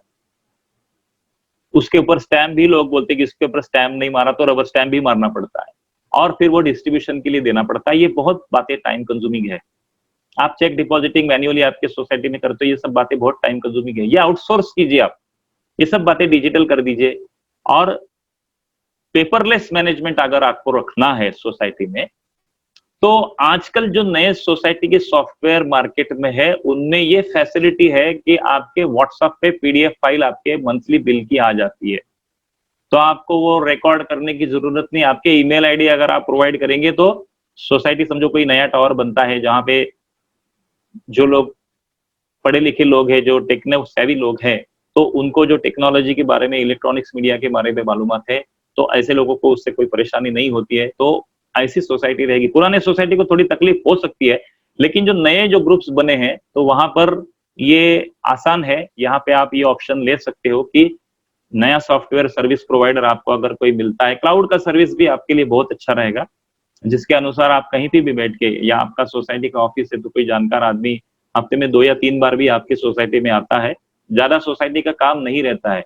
लोग, बहुत सारे लोग एक 50, 60, 5-6 विंग के सोसाइटी के लिए भी फुल टाइम अकाउंटेंट रखते हैं, उसकी कोई जरूरत नहीं होती है। वो शुरू में काम होता है, बाद में उतना काम सोसाइटी में नहीं रहता एक बार अपडेट होने के बाद। तो क्लाउड के सर्विसेज आप देख लीजिए, उसमें आप कहीं भी बैठ के कहां से भी एक्सेस ले सकते हो क्लाउड के सर्विसेज में। दूसरी बात, ये जो बिल्स रिसीट आपके मंथली आते हैं, उसके जो बिल्स है वो हार्ड कॉपीज की जगह आप अगर पेपरलेस मैनेजमेंट रखना चाहेंगे तो आपको फाइलिंग का टाइम जो है वो बच जाएगा। दूसरी बात, वो पेपर डिस्ट्रीब्यूशन में जो टाइम है वो बच जाएगा, पेपर की कॉस्ट बच जाएगी, तो कॉम्पिटिटिव रेट्स में आपको काम मिल जाएगा। जो अभी कोई अगर आपको बिल्स रिसीट हार्ड कॉपी देता है तो उसके चार्जेस भी लेगा वो आपसे, लेकिन वो आप इसको इंसिस्ट करेंगे कि भाई हम आपको हमारे जो मेंबर्स के सोसाइटी के 50 मेंबर्स हैं उनके आपको ईमेल आईडी दे देते हैं, तो आप ऐसा प्रबंध कीजिए कि हमें we should get that bills and receipt soft copies on our email ID और आवर व्हाट्सएप नंबर। तो वो एक बेहतरीन तरीका है आपके लिए सोसाइटी के लिए कामकाज देखने का। दूसरी बात है सोसाइटी के वाउचर्स और पेटी कैश बुक। पेटी कैश बुक लिखने में भी बहुत टाइम जाता है, तो पेटी कैश बुक जो है उसका हम लोगों ने एक फॉर्मेट ये किया है। अभी आज मैं, सतनाम जी ने मुझे चौथे नंबर पे, मैं तो एक्चुअली नंबर 4 बैट्समैन था, उन्होंने अचानक मुझे नंबर 2 पे बैटिंग करने के लिए डाल दिया है। तो ये सब बातें, इसका मैं बंदोबस्त एक दिन के अंदर नहीं कर पाया। मुझे मालूम ही नहीं था कि मैं 2 नंबर पे मुझे बैटिंग करनी है, मैं तो 4 नंबर पे था। विराट कोहली का उन्होंने मुझे राहुल द्रविड़ बना के रखा है। तो चलो ठीक है, मजाक की बात ये, लेकिन ये जो सर्विसेज है आप इनके बारे में सोचिए।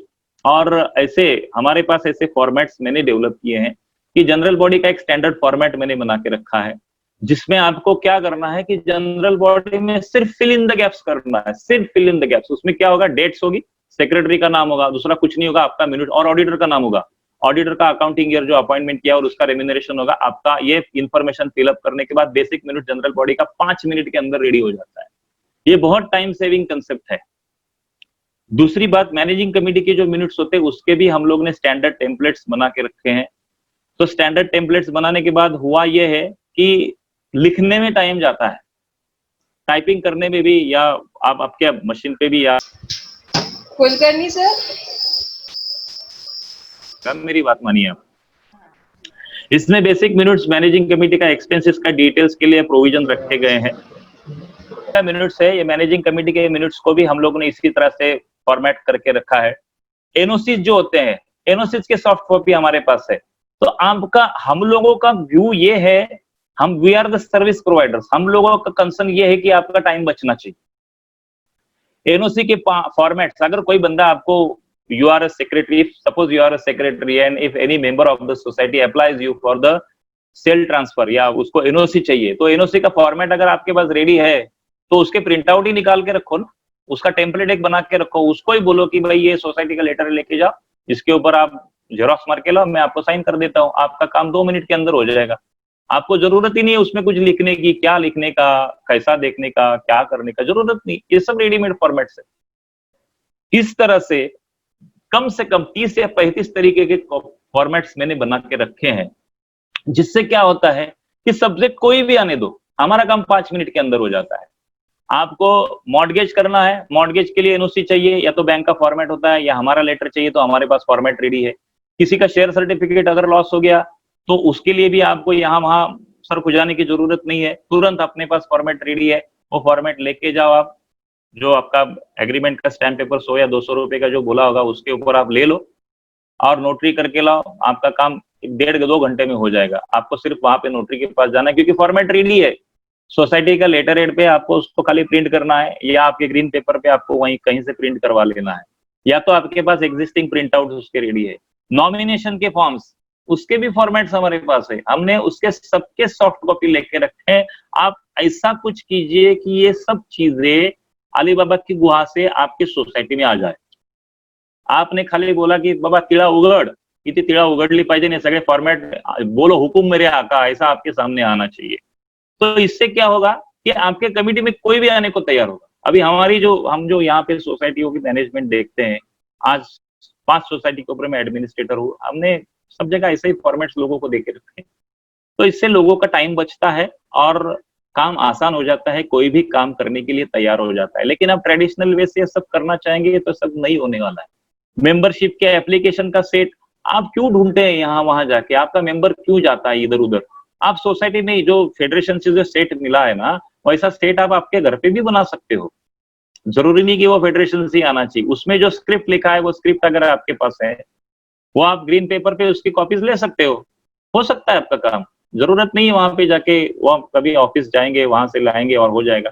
ऐसे साल के कम से कम 5-6 2-4 बड़ा अगर कॉम्प्लेक्स है तो उसमें 4 या 5 तो ट्रांसफर हो ही जाते हैं। तो वहां पे ये आपको बहुत ये चीजें हैंडी हो जाएगी। ट्रांसफर के सेट्स आप एक 5-6 कॉपी उसकी रख लीजिए। नॉमिनेशन के फॉर्म्स कम से कम 20 या 25 फॉर्म्स आपके पास उसका बंच रख दीजिए कि कभी भी कोई भी बंदा आता है तो उसको चार्ज करिए आप, लेकिन आपके सोसाइटी में रखिए ताकि आपका भी टाइम बचे और उसका भी टाइम बचे। उसको नहीं मिला तो वो वापस कहीं फॉर्म जाके ढूंढ के आएगा, उसको नहीं मिला तो वापस आपके ही पास आने वाला है, मुझे नहीं मिला, आप कहीं से बंदोबस्त कर दो। हाँ, उसको अगर नहीं मिल रहा है तो आपको कहाँ से मिलेगा? तो इससे तो अच्छा है कि ये इसके सॉफ्ट कॉपीज, एक ऐसा सॉफ्ट कॉपीज का प्रोग्राम भी है। और अभी के जो सर्विस प्रोवाइडर्स है ना, उन्होंने ये सब इनबिल्ट ही किया है सब इसमें। तो आप उनका सॉफ्टवेयर अगर हायर करते हैं तो अपने आप वो बातें वो आपको शेयर कर देते हैं। तो बीइंग अ सेक्रेटरी आपको क्या करना है, अगर आपका उसका हार्ड कॉपी आपके पास है तो जस्ट अभी आपको किसी को एनओसी देना है तो एनओसी का एप्लीकेशन में भी प्री स्क्रिप्ट रहता है। आपको वो खाली आपके इसमें लेटर हेड पे अगर आपने 5-10 कॉपियां निकाल के अगर पहले से ही रखी है तो आपको सिर्फ वो जो भी कोई परचेज जिसको अगर छोड़ के जाना है, जो ट्रांसफरर है आपका, उसका नाम डालना है, ब्लॉक नंबर डालना है, बेसिक इन्फॉर्मेशन डाल के उसके मंथली ड्यूज का कुछ अगर इन्फॉर्मेशन है वो डाल के आपको सिक्का मार के उसको पेपर देना है। उससे बड़ी बात कोई नहीं इसमें। लेकिन आप ये शुरू से जीरो से करना चाहेंगे तो आपका उसमें वक्त जाएगा। वही बात होती है, सबसे ज्यादा वक्त किसमें लगता है मालूम है? जो सोसाइटी के सेक्रेटरी के काम आजकल कर रहे हैं या जिन्होंने पिछले 10-12 साल से जिनके गले में ये माला पड़ी है, उनको ये अनुभव होगा कि जो चेक्स आते हैं मेंबर के, उनके बैंक के स्लिप बनाने में साफ दम निकल जाता है पूरा। अगर आपकी 100 लोगों की सोसाइटी है तो उनका स्टेटमेंट बनाते बनाते आपका आधा संडे निकल जाता है, छुट्टी आधी निकल जाती है। तो इसके लिए भी क्या हो सकता है कि आप एक बैंक का पे स्लिप का फॉर्मेट ही बना के रख दीजिए। उसमें नाम, ब्लॉक नंबर और जो सोसाइटी का बाकी का चीजें वो सब डालने की जरूरत नहीं रहती, आपको खाली ये डालना है। या तो फिर ऐसा सर्विस प्रोवाइडर आप देख लीजिए कि जो चेक भी डिपॉजिट करते हो ऑनलाइन पेमेंट करने का भी ऑप्शन होता है, लेकिन ऑनलाइन पेमेंट जो मेंटेनेंस के आते हैं वो करने के लिए आपको थोड़ा सा सजग रहना पड़ेगा, उसके लिए थोड़ा चौकन्ना और अलर्ट रहना पड़ेगा। क्योंकि मेंबर क्या करते हैं, ड्यू डेट देखता ही नहीं है, वो बटन दबाएगा और आपको पेमेंट देगा। लेकिन कभी देगा, आपकी सोसाइटी का बिल जाता है 1 तारीख को, ड्यू डेट आती है 15 तारीख, सोसाइटी हमारे पास चेक या तो हमारा बंदा लेके आता है या सोसाइटी हमारे पास चेक 16 या 17 तारीख को लाके देती है। लेकिन जिसको आपने सोसाइटी का अकाउंट शेयर किया और ऑनलाइन पेमेंट करने की फैसिलिटी जिनको दी है, वो 30 तारीख को, 28 तारीख को, 29 तारीख को रात को 11 साढ़े 11 बजे जब वो ऑनलाइन रहते थे भी पेमेंट कर देते हैं। तब तक अगले महीने के बिल हमारे सोसाइटी में जाके पड़े रहते हैं। तो फिर ऐसी स्थिति में थोड़ा सा इनडिसिप्लिन बिहेवियर से प्रॉब्लम आ जाता है। तो ऑनलाइन अगर पेमेंट का ऑप्शन आप अगर देखना चाहते हो तो उसमें थोड़ा सा डिसिप्लिन फॉलो होना बहुत जरूरी है। सोसाइटी की जो बैलेंस शीट रहती है, तो बैलेंस शीट में cost of land and building, जहां तक मैक्सिमम गलती कर देते हैं सब लोग वो बातें में, इनकम एक्सपेंडिचर अकाउंट ड्रॉ करने में और बैलेंस शीट जो ड्राफ्ट होती है उसमें यूं देखा जाता है 2018 31 मार्च सोसाइटीज एक्सेस ऑफ इनकम और एक्सपेंडिचर इज 2,30,000। सरप्लस इतना कैसे आ गया? अकाउंटेंट की जादूगिरी है। 18 में 2,34,000 सरप्लस है, 19 में 68,000 डेफिसिट आता है। भाई साहब ये क्या है? पिछले साल में 2,34,000 का सरप्लस था तो ये साल में 68,000 लॉस या डेफिसिट किस तरह से आ सकता है? तो इसमें सबसे बड़ी बात, अगर आपके बैलेंस शीट में जैसा गुब्बारे में हवा भरी है वैसे अगर सरप्लस दिखाई देता रहेगा तो आप यकीनन मान लीजिए कि आपके सोसाइटी में दो बातें हुई है। सबसे पहली बात यह है कि आपके जो ड्यूज आउटस्टैंडिंग है वो ड्यूज आउटस्टैंडिंग कम से कम 10 या 12 लाख के ऊपर है, और उनको आपने जो इंटरेस्ट चार्ज किया है वो जाके इनकम एक्सपेंडिचर के इनकम पार्ट में जाके 50 या 55 हजार का बैठा है। उसकी वजह से गुब्बारे में हवा भरी है, ये फुगा बहुत बड़ा हो चुका है। और एक सबसे बड़ी गलती, आप जब भी बैलेंस शीट किसी सोसाइटी का चेक करेंगे तब ये आप गलतियां देख लेना, आप अगर सेक्रेटरी या किसी सोसाइटी के चेयरमैन या ट्रेजरर है तो, क्योंकि मेरा इनकम एक्सपेंडिचर कोई एबनॉर्मल सरप्लस या एबनॉर्मल डेफिसिट तो नहीं बता रहा। एबनॉर्मल सरप्लस बता रहा है तो यकीन मानिए कि उसने कुछ गलत चीजें आपके इनकम एक्सपेंडिचर अकाउंट के इनकम पार्ट में ली है। सबसे बड़ी बात और सबसे बड़ी गलती हो जाती है इसमें कि जो एक्रूड इंटरेस्ट जो सोसाइटियां दिखाती है, तो अभी ऐसा क्यों होता है उसके पीछे में जाने की कोशिश नहीं करूंगा, वो मेरा टॉपिक नहीं है। हर एक अपनी अपनी बुद्धि के अनुसार या अपनी विद्वत्ता के अनुसार काम करता है, लेकिन ये हमारा कर्तव्य है। आपको अभी ये सब बातें मालूम हो चुकी है तो आप ये बातें देखिए कि गलती से कहीं एक्रूड इंटरेस्ट उसने इनकम एक्सपेंडिचर के इनकम पार्ट में तो नहीं लेके रखा है, क्योंकि वो अगर वहां पे लिया होगा तो सबसे बड़ी ब्लंडर है, सबसे बड़ी गलत बात है। एक्रूड इंटरेस्ट और रिसीव्ड इंटरेस्ट में फर्क क्या है कि एक्रूड इंटरेस्ट आपको मिलने वाली चीज है, मिलने वाली चीज। और सोसाइटी जो पुरानी सोसाइटी उनके बहुत सारे इन्वेस्टमेंट रहते हैं तो उसके ऊपर एक्रूड इंटरेस्ट भी बहुत सारा आता है। तो ये सब लोग क्या करते हैं कि उनको कैपिटलाइज करने के बजाय ये सब इनकम एक्सपेंडिचर में ठोक देते हैं। तो ऐसा होने के बाद क्या होता है, ये तो गलत ही हो गया। हम लोगों को गलत अकाउंट करने की अनुमति ही नहीं है। ऑडिट रिपोर्ट में हम लोग क्या लिखते हैं, ऑडिट रिपोर्ट में हम लोग ये लिखते हैं कि the balance sheet of the society as on so and so date is showing true and fair view of the state of affairs of the society.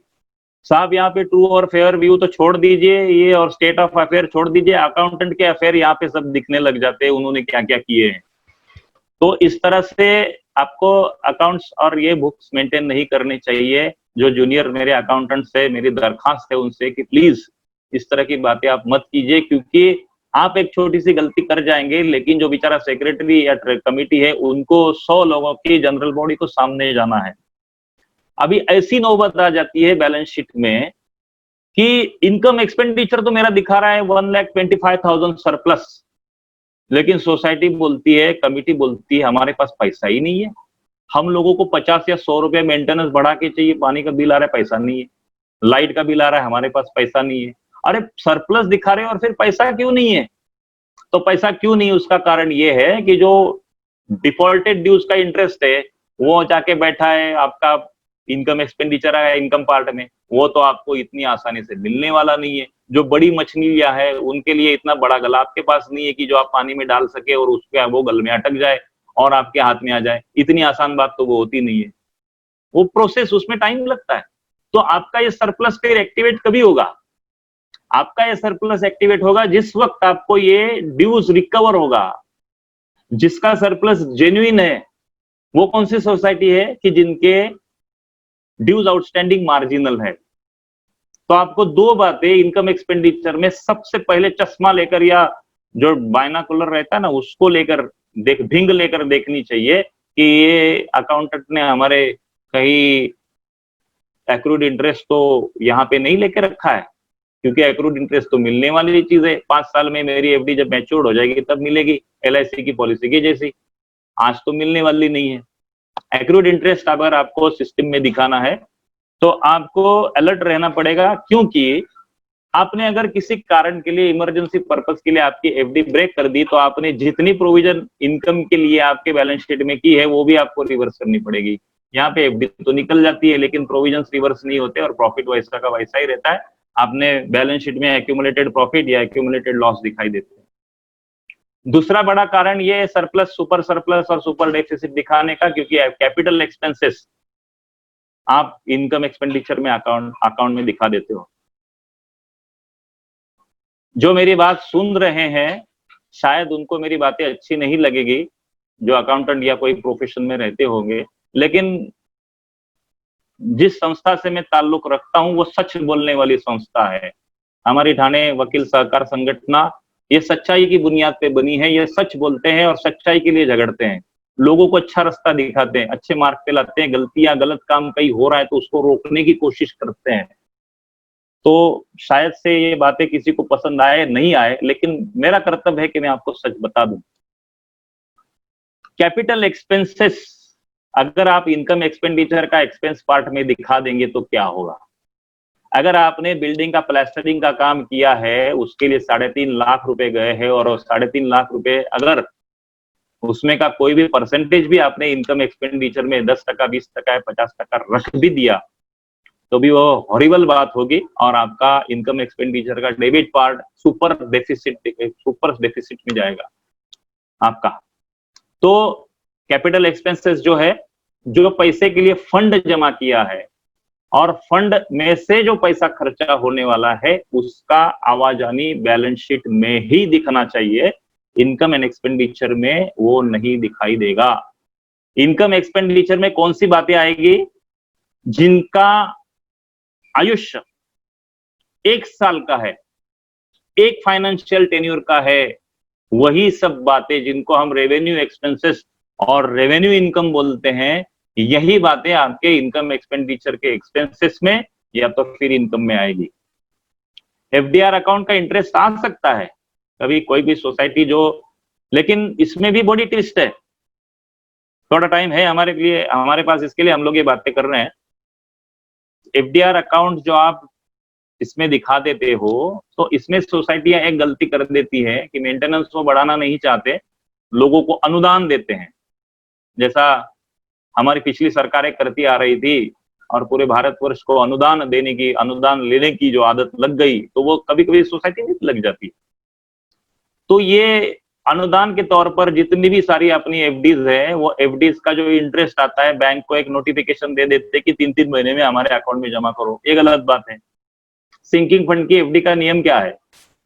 Sinking fund की एफडी ये कहती है कि आपको सिंकिंग फंड जो है वो आपके एफडी जो इंटरेस्ट आएगा वो रिन्यू करके वो री इन्वेस्ट करना है, वो यूज नहीं करना है। किसका इंटरेस्ट आप ले सकते हो? जो सरप्लस फंड्स आपके पास है। आप रिपेयर फंड का भी इंटरेस्ट इनकम एक्सपेंडिचर में नहीं दिखा सकते, नहीं दिखा सकते। हाँ, अगर आपने रिपेयर फंड की कोई एफडी रिपेयर वर्क के लिए अगर ब्रेक की है और उसका अगर आपका एफडीआर मैच्योरिटी की अमाउंट क्रेडिट अगर आपके पासबुक में हुई है और वो अमाउंट आपने यूज की है, तभी आप उसको इनकम करके ट्रीट कर सकते हो। अगर उसको यूज नहीं की है, कैपिटलाइज की या एक्रूड में बताया गया है, तो वो बातें इनकम एक्सपेंडिचर में नहीं चलेगी। और ऐसे सिंकिंग फंड, रिपेयर फंड और रिजर्व फंड के एफडीज के इंटरेस्ट आपके इनकम एक्सपेंडिचर या पासबुक में क्रेडिट करने के नोटिफिकेशंस आप अगर आप में से किसी सेक्रेटरी या किसी ट्रेजरर ने या किसी चेयरमैन ने या किसी कमिटी में अगर भूतकाल में या पास्ट में अगर दिए हो, तो आगे से ये सिस्टम आप स्टॉप कर दीजिए। क्योंकि हम लोग फंड जमा करने का मतलब ही ये होता है कि भविष्य में चलते, in future if I face any contingential या फ्यूचर कंटिजेंसीज, कुछ इमरजेंसी बातें होती है, तो हमारे पास फंड्स होना जरूरी है। तो अगर हम फंड्स यूं ही लुटा दे सबके ऊपर और अनुदान देते बैठे, तो वो हमारे लिए फायदे की बात नहीं है। और फिर उस वक्त क्या होगा? अगर आपने फंड्स कैपिटलाइज नहीं की तो क्या होगा? तो ये होगा कि जब भी for every if and but you have to contribute the contribution from members. ये काम है 10,000 रुपया निकालो, ये काम है 5,000 रुपया निकालो, ये काम है 20,000 रुपया निकालो। तो नॉर्मली सबको ये हर एक टाइम पॉसिबल नहीं होता देने के लिए। इसके लिए हमारा मेंटेनेंस और फंड ये अलग हो जाता है। फंड जो बोलते हैं वो लाइबिलिटी में ही होना चाहिए। फंड नाम की चीज इनकम एक्सपेंडिचर में आनी ही नहीं चाहिए। पहली बात, क्रेडिट पार्ट में फंड को कोई जगह नहीं है, चार्जेस और एक्सपेंसेस को जगह है, फंड को जगह नहीं है। लेकिन गलती से, दुर्भाग्यवश ये सब बातें होती है। मेरे सब दोस्तों को जो नए आए हैं फील्ड में, मैं एक दरखास्त और एक बहुत सिंसियर रिक्वेस्ट करता हूं उनसे कि वो एक बात करे कि जिसको मालूमात है, कोई सोसाइटी में अगर कोई सेक्रेटरी अकाउंटेंट है, चार्टेड अकाउंटेंट है, या उसको अकाउंट्स की पूरी मालूमात है, वो अकाउंट सेक्शन से टेक्निकल लैंग्वेज अगर वो जानता है, तो वो सोसाइटी का बैलेंस शीट ठीक ठाक जाएगा। लेकिन कोई सोसाइटी ऐसी रहती है कि जहाँ पे वर्कर्स लोग रहते हैं, टेक्निकल लाइन के लोग रहते हैं, कामगार लोग रहते हैं, ऐसी भी सोसाइटियां रहती है। एसआरए की सोसाइटियां रहती है कि जहाँ पे उनको रिहेबिलिटेशन में काम ब्लॉक मिल जाते हैं और फिर उनकी सोसाइटियां चलती है। तो जिनको इतने पढ़े लिखे नहीं रहते वो लोग, और फिर यहाँ पे हमारे ऑडिटर और हमारे जो अकाउंटेंट है उनकी जिम्मेदारी बढ़ जाती है। तो मैं ये कहता हूं कि उन्होंने ये जिम्मेदारी लेनी चाहिए कि अगर सामने वाले को ये मालूम नहीं है तो ये एज ए ऑडिटर मेरी जिम्मेदारी बनती है कि मैं उनकी बैलेंस शीट उनको परफेक्ट बना के दूं, ताकि आगे जाके उनका कहीं नुकसान ना हो, उनको कोई और एक्सप्लॉइट ना करे। ये हमारी मोरल ड्यूटी है कि हमने ये करना चाहिए। ये अगर हम नहीं करेंगे, हम सिर्फ पैसे के पीछे भागते रहेंगे, तो ना हमें उसमें से सेटिस्फेक्शन मिलेगा, ना कस्टमर को सेटिस्फेक्शन। वो तो दुखी होने ही वाला है, लेकिन हम भी उसके पीछे दुखी हो जाएंगे। तो हमारा काम ये है कि जितना परफेक्ट बनता है, जो नॉलेजेबल है वहां पे आपका नॉलेज शेयर हो जाएगा, आपका नॉलेज बढ़ जाएगा। लेकिन जहां पे नॉलेज लोगों को नहीं है तो आप वहां पे उनको गाइड करो, उनको बताओ कि सही सिस्टम क्या है, आपको किस रास्ते से जाना चाहिए, कैसा काम करना चाहिए। वो अगर गलतियां कहीं करते हैं तो हिम्मत रखो कि आपकी गलती हो गई है बताने की। लेकिन यहाँ पे हिम्मत नहीं होती है क्योंकि काम जाने का डर रहता है। काम जाने का डर जिनको है वो सोसाइटी का काम ठीक ढंग से नहीं कर सकते।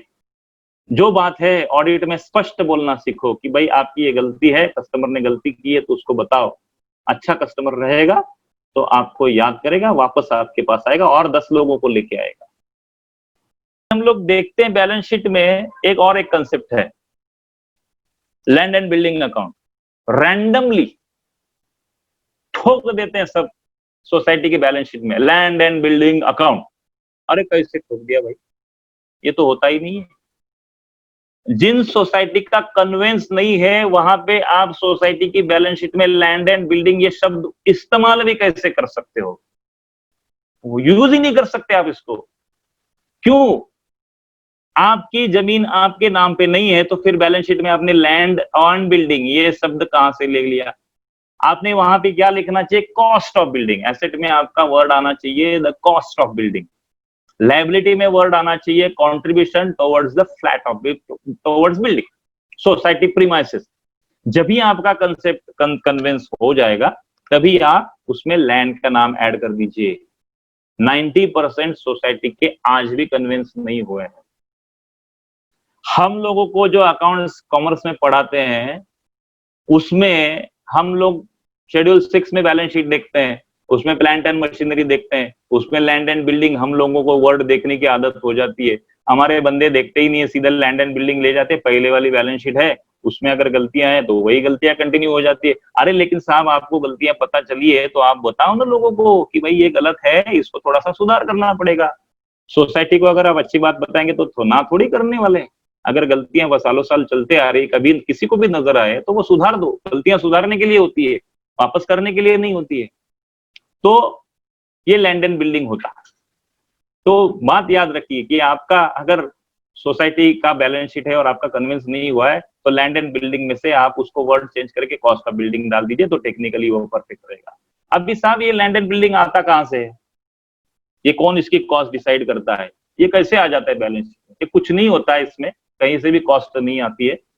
ये कॉस्ट आती है जब भी आपकी सोसाइटी रजिस्टर हो जाती है। 100 लोगों की सोसाइटी है, उसमें से नए बैलेंस के अनुसार अगर 60% लोग अगर ऑक्यूपाई कर देते हैं तो आप सोसाइटी के रजिस्ट्रेशन के लिए आप अप्लाई कर सकते हो।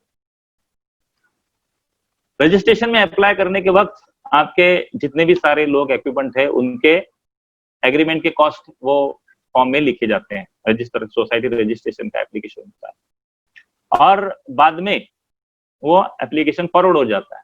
कभी कभी किसी सोसाइटी में पूरे के पूरे मेंबर रहते हैं, जो सोसाइटी बन के बिल्डिंग बन के 5-6 साल हो गए तो उनके पूरे ही ऑक्यूपेंट रहते हैं, वो सबके एग्रीमेंट के कॉस्ट आ जाते हैं। तो ये जो एग्रीमेंट के कॉस्ट अगर आपकी समझो 50-40 लोगों की सोसाइटी है, उसमें 40 लोगों के एग्रीमेंट के कॉस्ट अगर लिखे गए हैं आपके सोसाइटी रजिस्ट्रेशन के फॉर्म में, तो वो फॉर्म की जो टोटल है वो 50 लोगों के एग्रीमेंट्स की, वो कंट्रीब्यूशन टुवर्ड्स सोसाइटी प्रीमाइसेस करके आपके लायबिलिटी में बनता है। और वही कंट्रीब्यूशन का कॉन्ट्रा पार्ट उसकी एक जेवी बनती है, debit asset account, credit liability account हो जाता है, दोनों amount as a contra entry वहां पे आके बैठ जाती है। सालों साल यही चलते रहता है साहब, ऐसा चल के ऐसा ऐसा रख के चलेगा क्या? सीधी सी बात है, एक सिंपल सी बात है, हमारी जो टेंजिबल एसेट्स है, फर्नीचर है, पंखा है, या कुछ आपने दूसरा कुछ लेके रखा है, चीजें अगर है आपके पास, कंप्यूटर है सोसाइटी में, सीसीटीवी है, या आपका टेरेस पे जो ये लगता है हीटर का प्लांट, जो सोलर वाटर लगता है, उनके अगर ऊपर आप हम लोग डेप्रिसिएशन लेते हैं तो लैंड एंड बिल्डिंग में एप्रिसिएशन दिखाना बहुत जरूरी है। ये एप्रिसिएशन दिखता ही नहीं है और ये गलत बात। तो अगर आपकी सोसाइटी में हो रहा है तो आप हेंसफोर्थ इसमें एप्रिसिएशन किस तरह से होगा ये देखिए, क्योंकि बिल्डिंग अगर 25 साल पुरानी हो गई तो उसका ऐसा कोई बोलता नहीं है कि आप अपने 5 लाख में ब्लॉक लिया था तो 25 साल पुराना हो गया 50,000 में दे दो। तो ऐसा अगर आप किसके पास से ले लोगे तो आगे क्या होगा ये मुझे बताने की जरूरत नहीं है आपको। तो आपने 5 लाख में लिया होगा, 25 साल के बाद आप उसको कम से कम 70 या 75 लाख में बेचोगे तो उसमें एप्रिसिएशन हो गया। ये एप्रिसिएशन कहीं रिकॉर्ड होना जरूरी है सोसाइटी में। तो आपको इसके लिए क्या करना है, आपको इसके लिए प्रॉपर्टी का रजिस्टर बनाना है। प्रॉपर्टी के रजिस्टर में क्या होता है कि मेंबर का नाम और उनके एग्रीमेंट कॉस्ट और उसकी इंफॉर्मेशन, उसका एरिया, स्क्वायर फीट एरिया वगैरह कितना रहता है, ब्लॉक का नंबर, ये सब बातें रहती है।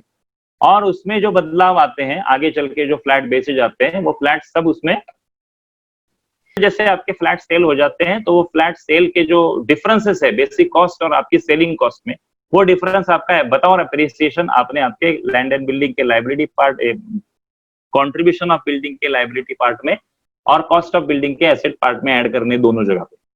दूसरी बात, जो आप कैपिटल एक्सपेंसेस करते हैं, बिल्डिंग में टेरेस का शेड कर दिया, कलरिंग कर दिया, प्लास्टरिंग कर दिया, प्लिंथ का खर्चा हो गया, कंपाउंड वॉल बना दिया, लिफ्ट बना दिया, या कुछ भी कैपिटल एक्सपेंसेस जिसका लाइफ 5 साल से ऊपर है, ऐसे कुछ भी खर्चे किए हैं तो वो सब खर्चे दोनों पार्ट में बैलेंस शीट में जाने चाहिए। एसेट पार्ट में कॉस्ट ऑफ बिल्डिंग में जाएगा और लाइबिलिटी पार्ट में जो फंड उसके लिए पर्टिकुलरली लिया है वो फंड में से माइनस होकर आपके कैपिटल बैलेंस शीट में लिया जाता है। इसका फायदा ये होता है, ये ना करेंगे तो क्या होता है, ये करेंगे तो क्या होता है, ये दोनों बातें मैं आपको बोलता हूँ।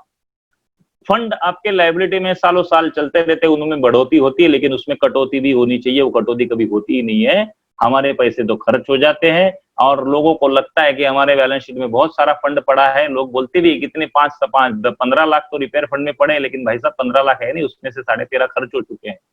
जो खर्च हो चुके हैं उसका प्रोपोर्शन तो बैलेंस शीट में बताया नहीं, लाइबिलिटी में बताया नहीं, तो 15 लाख वहीं के वहीं दिखाई दे रहे हैं। तो उसमें जो 13.5 लाख अपने रिपेयर काम के लिए, मेजर रिपेयर्स के लिए खर्च किए, वो सब मेजर रिपेयर एक्सपेंसेस में ऐड होते हैं एसेट में। वो दोनों बाजू में, कैपिटल और आपकी लाइबिलिटी में, एसेट और लाइबिलिटी में दोनों जगह से कम के जाने चाहिए, तब आपके बैलेंस शीट का ट्रू एंड फेयर दिखेगा व्यू, नहीं तो नहीं दिखेगा। इतनी बात करके मैं आपसे अनुमति लेता हूं और